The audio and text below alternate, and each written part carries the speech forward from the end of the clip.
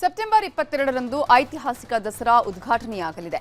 ಅದು ಬೂಕರ್ ಪ್ರಶಸ್ತಿ ಪುರಸ್ಕೃತರಾದ ಬಾನು ಮುಷ್ತಾಕ್ ಅವರ ಕೈಯಲ್ಲೇ ಉದ್ಘಾಟನೆಯಾಗಲಿದೆ. ಯಾಕಂದ್ರೆ ಸುಪ್ರೀಂ ಕೋರ್ಟ್ನಲ್ಲೂ ಬಾನು ಮುಷ್ತಾಕ್ ಅವರಿಂದ ಉದ್ಘಾಟನೆ ಮಾಡಿಸದಂತೆ ಹಾಕಿದ ಅರ್ಜಿ ಕೂಡ ಇದೀಗ ವಜಾ ಆಗಿದೆ.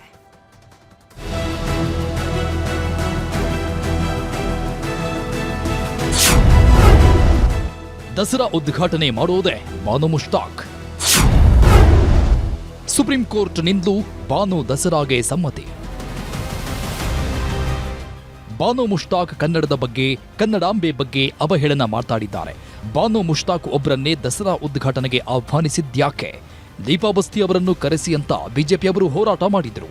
ಹಿಂದೂ ಸಂಘಟನೆಗಳು ಪ್ರತಿಭಟನೆ ಮಾಡಿದ್ವು. ಪ್ರತಾಪ್ ಸಿಂಹ ಸೇರಿ ಮೂವರು ಹೈಕೋರ್ಟ್ಗೂ ಹೋಗಿದ್ರು. ಆದರೆ ಸರ್ಕಾರದ ಬಾನು ಮುಷ್ತಾಕ್ ಅವರ ಆಯ್ಕೆ ನಿರ್ಧಾರವನ್ನ ಹೈಕೋರ್ಟ್ ಪರಿಗಣಿಸಿ ಅರ್ಜಿ ವಜಾ ಮಾಡಿತ್ತು.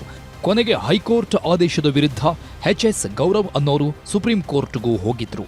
ಆದರೆ ಸುಪ್ರೀಂ ಕೋರ್ಟ್ ಕೂಡ ಬಾನು ಮುಷ್ತಾಕ್ ವಿರುದ್ಧ ಸಲ್ಲಿಸಿದ್ದ ಅರ್ಜಿಯನ್ನು ವಜಾ ಮಾಡಿದೆ.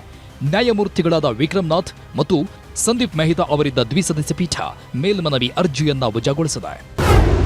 ಸರ್ಕಾರದ ನಿರ್ಧಾರ ಪ್ರಶ್ನಿಸಿ ಅರ್ಜಿ ಸಲ್ಲಿಸಿದ ಉದ್ದೇಶವೇನು? ಹೈಕೋರ್ಟ್ ಆದೇಶವನ್ನು ಪ್ರಶ್ನಿಸಿ ಅರ್ಜಿ ಹಾಕಿದ್ದು ಯಾಕೆ? ಇದು ಸಂವಿಧಾನದ ವಿಧಿ 25ರ ಅಡಿ ಬರುತ್ತೆ. ಸರ್ಕಾರ ಜಾತ್ಯತೀತ ನಿರ್ಧಾರ ಅಂತ ಹೇಳುತ್ತಿದೆ.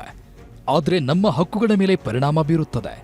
ನಮ್ಮ ಧಾರ್ಮಿಕ ಚಟುವಟಿಕೆಗಳಲ್ಲಿ ಹಸ್ತಕ್ಷೇಪ ಆಗಿದೆ. ಹಿಂದೂಯೇತರರಿಂದ ಪೂಜೆ ಮಾಡಿಸೋದು ಸರಿಯಲ್ಲ. ಸಮಾನತೆ, ಭ್ರಾತೃತ್ವ ಮತ್ತು ಜಾತ್ಯತೀತತೆ ಬಗ್ಗೆ ಗೊತ್ತಾ? ನೀವು ಸಂವಿಧಾನದ ಎಲ್ಲಾ ಪೀಠಿಕೆಗಳನ್ನು ಓದಿದ್ದೀರಾ.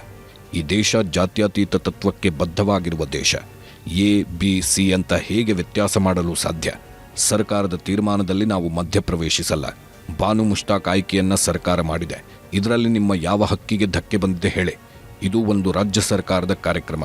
ನಿಮ್ಮ ಅರ್ಜಿಯನ್ನ ವಜಾಗೊಳಿಸಿದ್ದೇವೆ.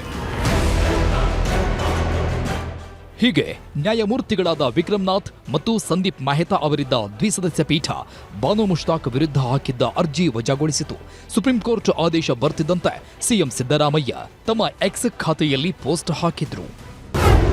ಸರ್ವೋಚ್ಚ ನ್ಯಾಯಾಲಯದ ತೀರ್ಪನ್ನು ಸ್ವಾಗತಿಸುತ್ತೇನೆ.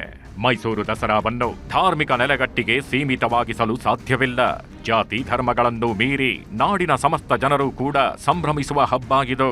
ಆದರೂ ವ್ಯವಸ್ಥಿತ ಅಪಪ್ರಚಾರ ನಡೆಸಿ ಸಮಾಜವನ್ನ ಒಡೆಯುವ ಪ್ರಯತ್ನ ಮಾಡಲಾಯಿತು. ಈಗ ಸುಪ್ರೀಂ ತೀರ್ಪಿನಿಂದ ನಮ್ಮ ಸರ್ಕಾರದ ನಿಲುವಿಗೆ ಮನ್ನಣೆ ದೊರೆತಿದೆ.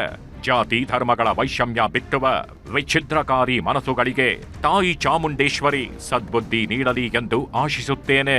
ಯಾರು ವಿರುದ್ಧವಾಗಿ ಮಾತಾಡ್ತಾರೆ ಅವ್ರ ಪರವಾಗಿ ಮಾತಾಡೋದು, ಯಾರು ಪರವಾಗಿ ಮಾತಾಡ್ತಾರೆ ಅವ್ರ ಪರವಾಗಿ ಮಾತಾಡೋದು, ಈ ತರ ಆಗ್ಬಾರ್ದಲ್ವಾ? ಈಗ ಕೋರ್ಟ್ಗೆ ಹೋದ್ರು, ಸುಪ್ರೀಂ ಕೋರ್ಟ್ಗೆ ಹೋದ್ರು, ಹೈಕೋರ್ಟ್ಗೆ ಹೋದ್ರು, ಸುಪ್ರೀಂ ಕೋರ್ಟ್ಗೆ ಹೋದ್ರು, ಎರಡೂ ಕಡೆ ತಿರಸ್ಕಾರ ಆಯಿತು. ಏನೇ ಆಗ್ಲಿ 2025ರ ಮೈಸೂರು ದಸರಾ ಉದ್ಘಾಟನೆಯನ್ನ ಬೂಕರ್ ಪ್ರಶಸ್ತಿ ವಿಜೇತೆ ಬಾನು ಮುಷ್ತಾಕ್ ಉದ್ಘಾಟಿಸಲಿದ್ದಾರೆ.